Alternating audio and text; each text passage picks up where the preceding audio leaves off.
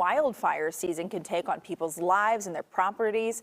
We talked to a man who had to rethink what home really is after he lost everything. Our story begins down a narrow dirt road in the Santa Cruz Mountains. Along the way, blackened trees offset by new sprouts of green.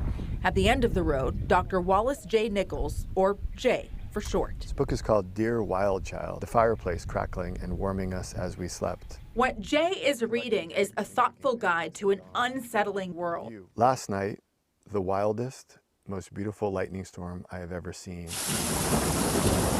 He wrote it in response to a cataclysmic event. The wind was strange, and it was really warm, and there's all this lightning. It was all over Central California. In August 2020, thousands of bolts of lightning ignited hundreds of wildfires, including the one that roared over a ridge. That fire came down this canyon, both sides of the canyon, and kind of up this road and towards our house. A house that was built by hand some 20 years ago.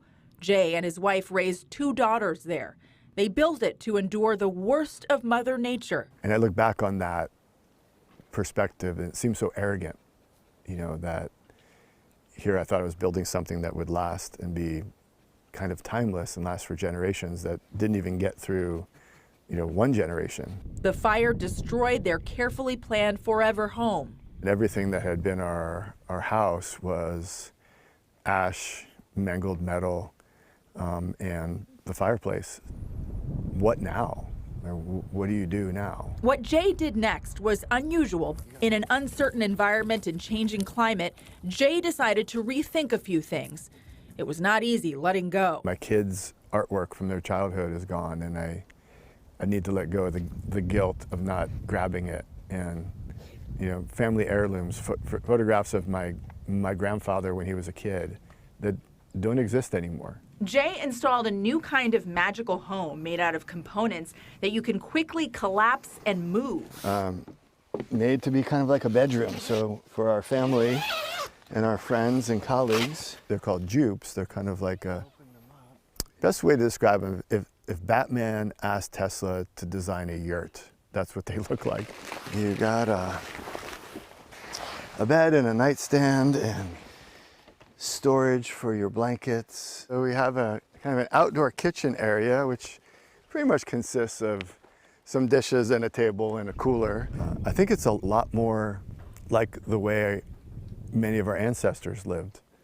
Sort of a little bit more nomadic and a little bit more flexible. During the recent atmospheric rivers, the narrow dirt road was flooded and a bridge to Jay's property was damaged. But the jupe survived, as witnessed by Jay, his daughters, and of course, George the dog. You're home in the redwoods by a creek, not far from the ocean. As for Jay's book, it began as a letter to his eldest daughter. She had left for college the day before the fire and was devastated by the loss of her home. Jay's message to her: your house might be gone, but you will carry your home with you wherever you go. Like the green sprouts popping up around the charred trees, there is an unstoppable resilience in all of us.